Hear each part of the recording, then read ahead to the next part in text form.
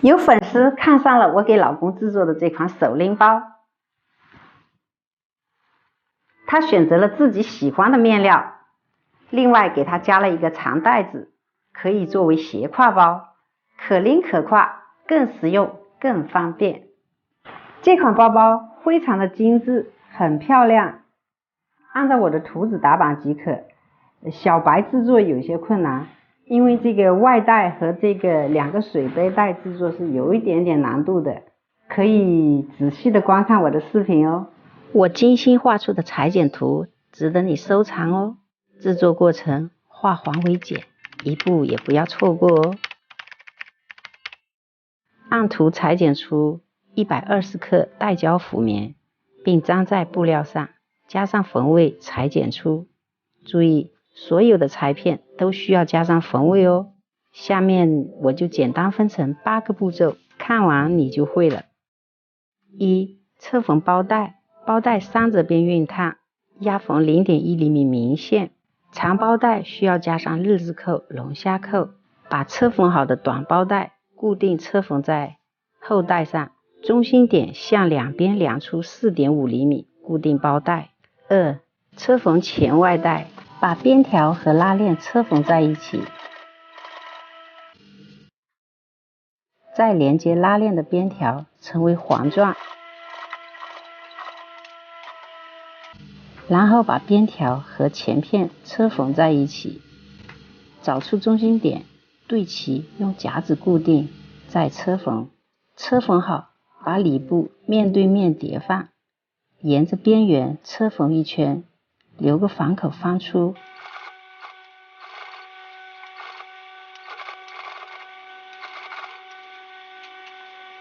翻出后，把小口用长针法缝合，再把边条的另一侧毛边向内折边梳缝一圈，放一旁备用。3. 取后带一片，画出前小带位，把缝合好的前带中心点对齐后带点位，固定车缝。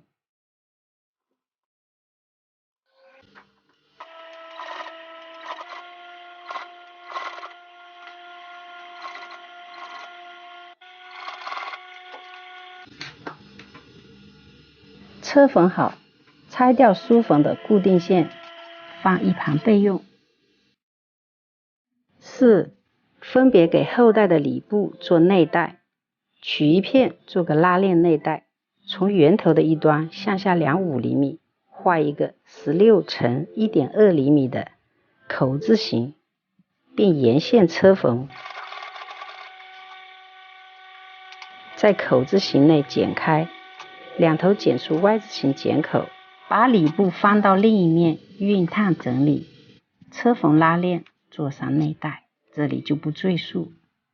另一片我就做了2个开放式的内带。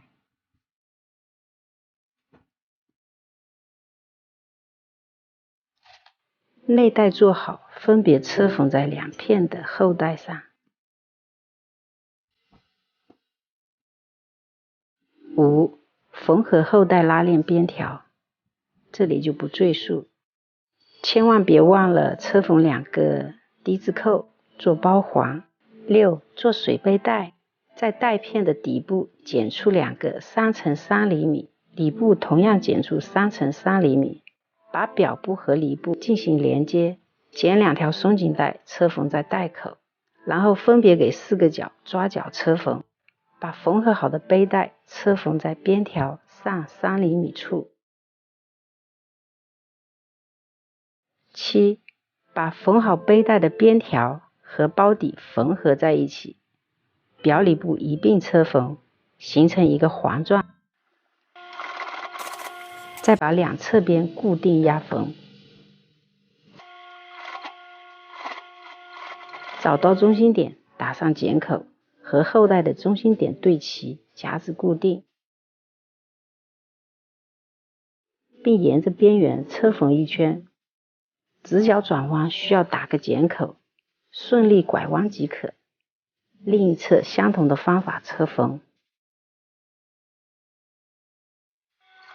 8.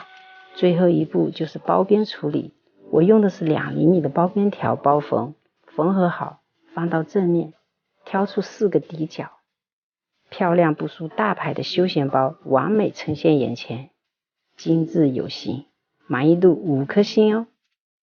喜欢还可以点关注，不迷路哟。